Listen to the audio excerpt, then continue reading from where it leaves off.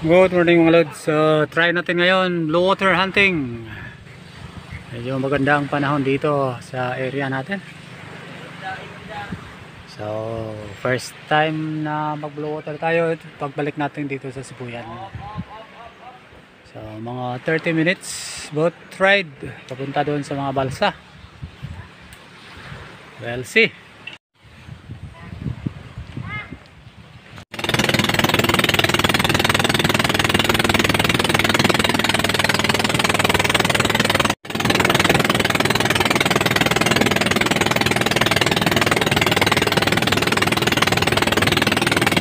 Alright guys, nakarating na tayo dito sa isang FED or isang fish aggregating device o payaw, balsa.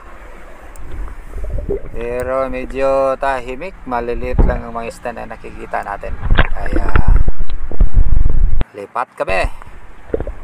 Dito naman sa isa, mayroong isang maliit na trigger fish. So wala masyadong activity sa balsa na to.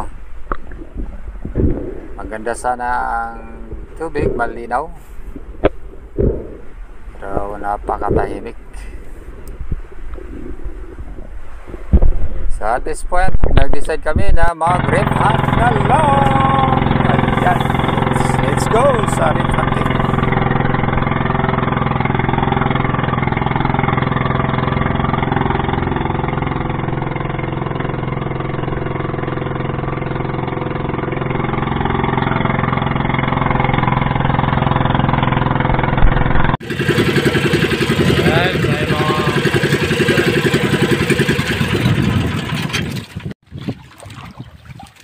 Okay, so ito na tayo sa Bahura, Cambahaw. Ayan, napakaganda ng panahon. So ayan, may nagmingisda dyan mga lods. So stay tuned for more actions down there. Alright guys, so drop tayo dito. Papunta na tayo dun sa wall. So hunting tayo pa na ngayon. Gamit pa rin natin ang ating RA-160 solo carbon railgun. Ayan, napakalalim ang wall na to. So dito lang tayo sa bandang mababaw. So may nakita tayong isang malaking unicorn fish, pero lumayo ito sa atin. At dito binisita namin ang area na kung saan may nakita kaming dalawang bull sharks ni Bro Jake Rianyo last time. So ito po yung area na yun mga lods.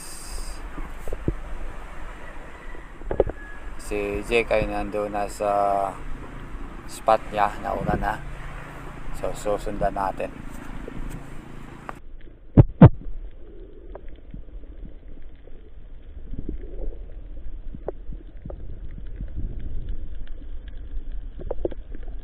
So ito yung paboritong area ni Bro Jake, may siwang.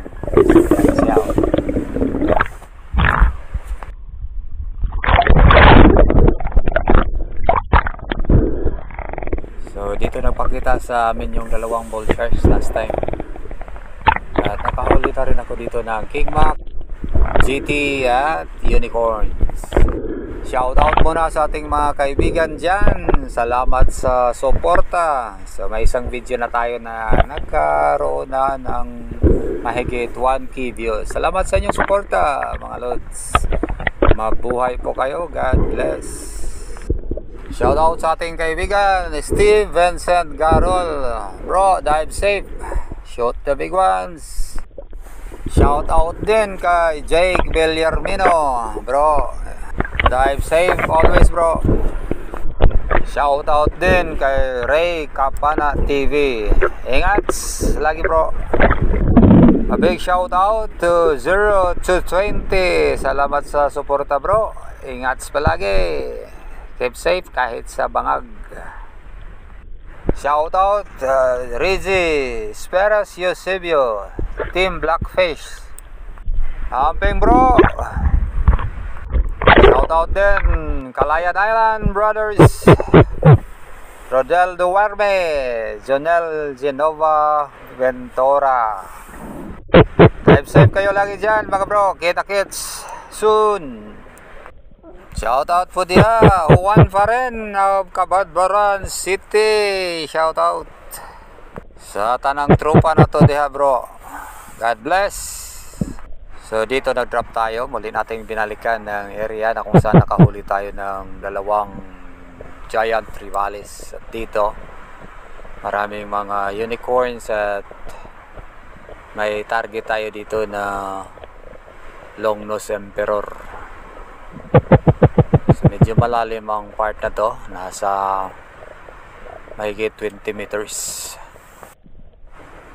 Ayan na po yung target natin, isang long nose emperor at may kasamang maliit na bluefin trevally.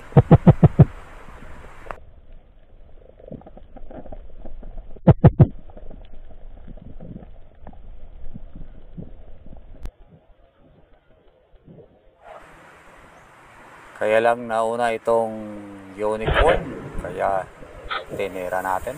Ayan.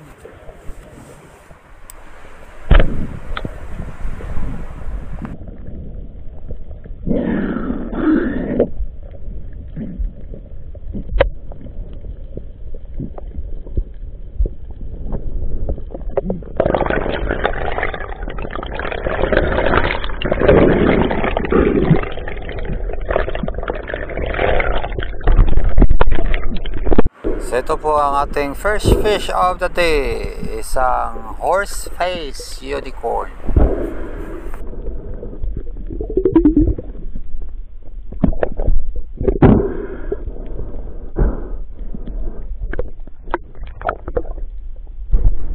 Medyo malakas ng agos dito sa wall area, kaya bumalik ako sa area na malapit sa bangka at dito nag-set up na tayo ng shallow hunting.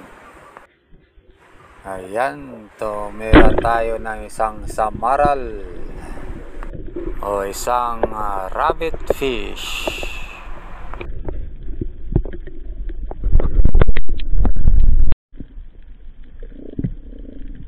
Muli tayong bumaba dito sa mahigit sa isang dipa lamang dahil may nakita tayong isang unicorn fish. Medyo mailap kaya hide and seek muna kami. Ayan na po. Sa wakas nakakuha din tayo ng rens. So yari siya. Ayan mga lods.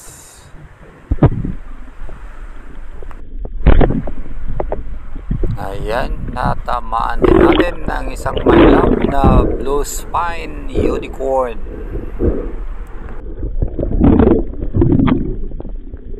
Ayan mga lods, ang ganda ng tama. Dinagdagan natin ang sungay niya.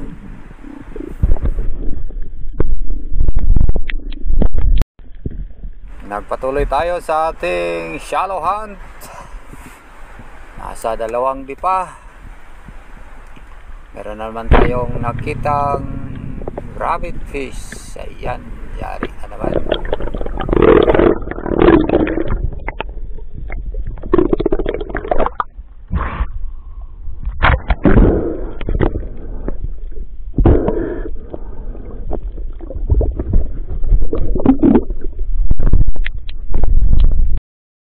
Sa aking pagpapatuloy, may nasalubong ako isang midnight snapper. Ayan, pero sablay tayo. Ibang tinamaan mo lods. Maliit na snapper.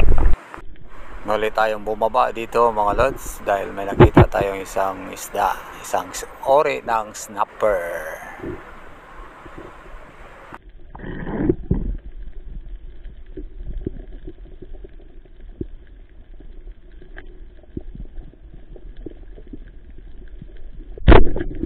Sa pool mga lods, isang lane snapper. So ang gamit pala natin dito sa shallow hunt ay ang ating RA140. So ito po ang ating last fish of the day. At dito bumaba tayo sa may wall area. Binalikan natin. Kaya lang mailap ang mga isda dito mga lods, nasa malalim. Bumaba tayo nasa mga 20 meters, kaya lang bumaba naman sila doon sa mga 25 meters pababa, palalim pa. Napakaganda sana ang spot na to, kaya lang medyo logi tayo kasi pang 2 feet lang yung breath hold natin. Napakalinaw kasi ng tubig, kaya doon sila sa malalim. Kung malabo ang area na to, aakyat sila sa mababaw.